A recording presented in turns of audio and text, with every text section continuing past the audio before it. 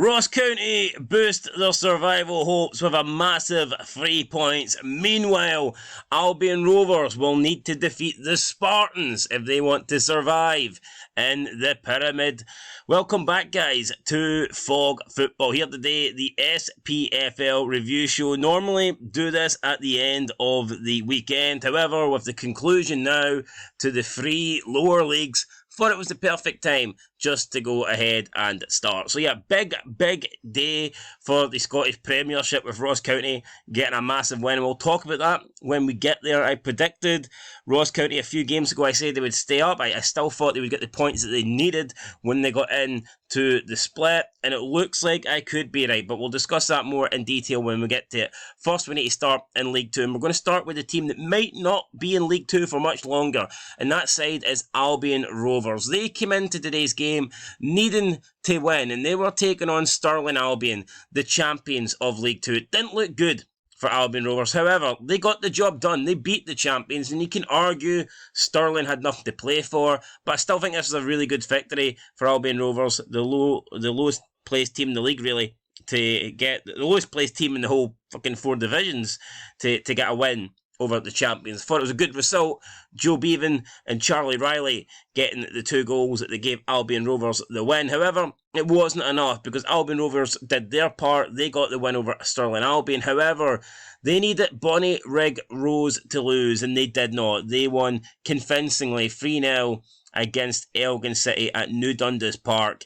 And they actually got over 2,000 people in attendance, man. Kind of crazy. Bonnie Rig Rose bringing in the fans there. That's not a bad attendance, guys. For a League 2 game, that's pretty decent. So, fair play to Bonnie Rig Rose. Dumbarton and Stranraer had a 1-1 draw.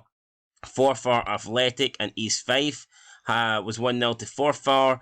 And Stenhousemuir beat Annan Athletic and picked up a shitload of yellow cards. What those yellow cards are all about, I don't quite know. How many did they get in total? 7 yellow cards, and then 2 for Annan Athletic. Wow. I don't know why Stenhousemuir were getting booked so much, but they did. Yeah, they got the win. They won't care. And this now is what the league table looks like, with it coming to its completion in League 2. You've got Stirling Albion, obviously going up.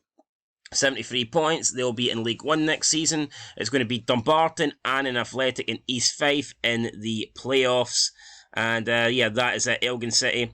Bonnie Rig Rose survive, and Albion Rovers will have to decide their fate when they take on the Spartans. So Albion Rovers, they've been in the top flight. They've been in the pyramid for a long time. They might not be in it next year, though. It's going to be a massive game. Albion Rovers taking on the Spartans. And in the terms of the playoff spot, we know it's going to be Dumbarton and Annan Athletic taking on each other. So they will be in one semi-final playoff. And it's going to be East Fife taking on whoever finishes 9th in League 1, which I believe is Clyde. But we'll check. So it will be Dumbarton versus Annan Athletic, and I'm pretty sure East Fife will take on Clyde. Now let's look at League 1. What was their results today? Dunfermline Athletic continuing where they left off last time, really. Their form's been really good, just winning game after game after game. Clyde had done enough before today's game to not go down in the automatic relegation spot, but you know they got a win today as well, so they made sure that they finished the season in a bit of style. So look at 3 goals in the last 7 minutes there. Oliver McDonald with 2 for Clyde. Paul Watson with 1 for Montrose.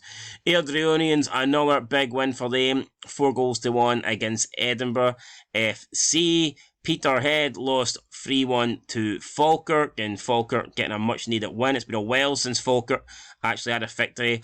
And Marvin Bartley's Queen of the South defeating Kelty Hearts by 4 goals to 1. And it was former Hearts man Harry Cochrane opening up the scoring in that one. So big victory there for Queen of the South. And I'm excited to see, well, I wouldn't say I'm excited, probably the wrong word, but I'm interested to see what Marvin Bartley can do next season at Queen of the South, because I think he has done a wonder job for them. So with a full season to go, and you know, with 6 months under his belt, it'll be interesting to see what he can do with Queen of the South. But we look at the League 1 table now, and I can confirm it is Clyde that finished 9th, so they will take on East Fife in that other playoff spot to stay in League 1, or in East Fife's case, get in to League 1. The league table then reads like this: Peterhead, Clyde, Kelty Hearts, Montrose, FC Edinburgh, Queen of the South, Alloa Athletic, Airdrie Onions, Falkirk, and Dunfermline. So yeah, Marvin Bartley really unlucky. Had he taken over at Queen of the South a little bit earlier, who knows, maybe he could have made a playoff spot. So now trying to get into the Championship, it's going to be Falkirk versus Airdrie in one of the playoffs, and in the other one, it is going to be Alloa Athletic, and they will take on Hamilton. For me, I think it'll be either Falkirk or Airdrie. I think the winner of Falkirk Airdrie will get promoted. I think they're better than Alloa, and at the moment, I think they're definitely better than Hamilton. Speaking of Hamilton, we're not going to look too much into this because I covered the entire Scottish Championship last night. However, Hamilton did finish 9th, so they will play Alloa in that other spot. So it's going to be one of Hamilton, Alloa, Airdrie, or Falkirk. One of those four will be playing Cinch Championship football next season. My money, I think I'm going to go Airdrie Onions. I think Falkirk are the better team out of the four, but I just think Airdrie Onions have the better form, and I would not be surprised if they go on to beat Falkirk and then snatch the spot in the top. So there you go. That is it for League 1 and League 2. The Championship, like I said, I'm not going to go over this Championship, but if you want to see the final standings, it was Dundee, Ayr United, Queen's Park, Partick Thistle, Morton, Inverness, Caledonian Thistle. Raith Rovers, Arbroath, Hamilton Academical, and Cove Rangers coming in last. Cove Rangers unlucky to get relegated on goal difference.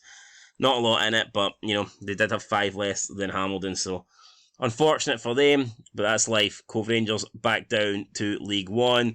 And in the Premiership today, the only game in the top 6, Hibernian beat St Mirren, and this was big. In terms of the battle for the possible last European spot, it's probably going to come down to a straight fight between Hibs and St Mirren. So for Hibs to get the victory over them today gives them a massive boost, and they'll be looking now, surely, to...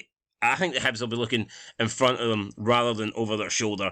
They'll be hoping that they've done enough to get in front of St Mirren and possibly now go on and even challenge Hearts or maybe even Aberdeen above them. So, yeah, big win there for Hibernian. Over 16,000 at Easter Road today. So, quite a lot of Hibs fans turned out. Wasn't exactly full, but, it was decent, I guess, a decent attendance for them. Motherwell defeated Kilmarnock. I think anyone could see this coming. Goals for Spfl and Kevin Van Veen. Motherwell have been really, really good ever since, Kettlewell took over. So, yeah, Kilmarnock kind of struggling. I'm not surprised to see Motherwell win this one by 2-0. Ross County with a massive victory over Livingston. Goals from Alex Ivakitty and Alex Samuel gave them a 2-goal lead.